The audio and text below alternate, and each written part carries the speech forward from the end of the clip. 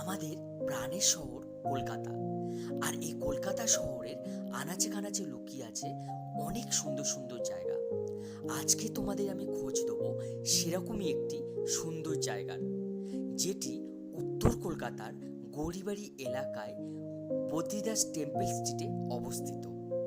হ্যাঁ, আমি কথা বলছি পরেশনাথ জৈন মন্দির। এই এলাকায় টোটাল 4টে জৈন মন্দির আছে, আর এই 4টে মন্দিরের মধ্যে প্রধান মন্দির হলো শ্রী শীতলনাথজির মন্দির, যেটি দশম জৈন তীর্থঙ্করের নাম অনুসারে গঠিত।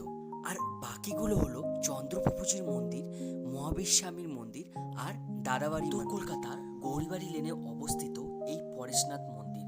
এই মন্দিরে আসা খুবই সহজ। এই মন্দিরের সব থেকে কাছের রেলওয়ে স্টেশন বিধাননগর, যেখান থেকে তোমরা শোভাবাজার বা আইরিটোলাগামী যে কোনো অটো বা বাসে উঠে গৌরীবাড়ি নেমে 5 মিনিটের হাঁটা পথে অবস্থিত এই পরেশনাথ মন্দির।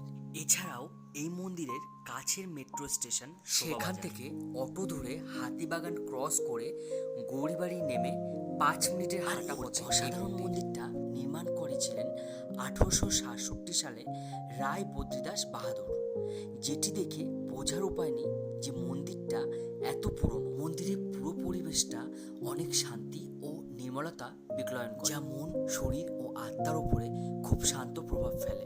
আর এই শীতলনাথজির মন্দিরে 156 বছর ধরে জ্বলছে একটি প্রদীপ, যেই প্রদীপের শিখায় কোনো কালি পড়ে না। আর এই মন্দিরের লাগোয়ায় রয়েছে স্বচ্ছ একটি জলোদ্ধার, যেই জলে ঘুরে বেড়াচ্ছে রঙিন সব মাছ আর কচ্ছপ। এরপরে আমরা ঢুকে যাব দাদাবাড়ি মন্দিরে।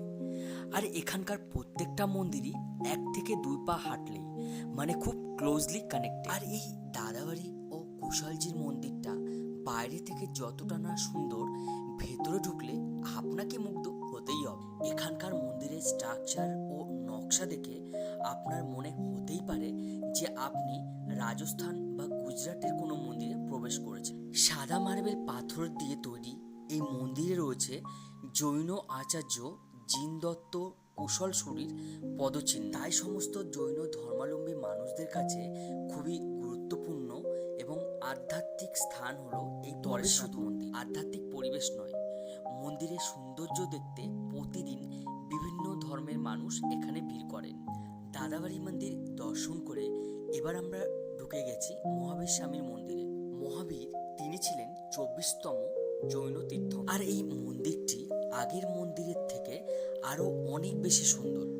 আর তার সঙ্গে এই শান্ত পরিবেশে এসে কার না মন ভালো থাকে। কলকাতার মধ্যে এত সুন্দর একটা মন্দির আমি কিছুক্ষণের জন্য হলেও ভুলে গেছিলাম যে আমি কলকাতায় আছি। আর এই শীতলনাথজির মন্দিরে প্রবেশ করলে আপনার মনে হতেই পারে যে আপনি নাই বা কেন ব্রিটিশ রাজ্যে। সালটা তখন 1867, তখন বাংলায় ইংরেজদের রাজ চলছে।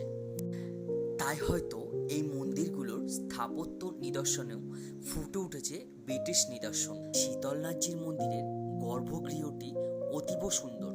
এই গোটা মন্দিরটি গড়ে উঠেছে সাদা মার্বেল পাথর, ঝকঝকে আয়না আর কাচ দিয়ে। বলে রাখা ভালো, এই মন্দিরে লক্ষ্য রাখা যায় কলসল আর্কিটেকচার। মন্দিরের শিল্পকলা ফুটে উঠেছে শিল্পী গণেশ মুস্করের হাত থেকে।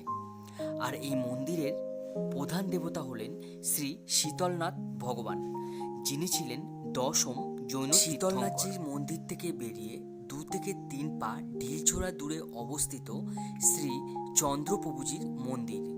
এই মন্দিরটি এখানকার সব থেকে পুরনো মন্দির, যেটি দেখতে অবিকল পুরনো রাজবাড়ির মতন।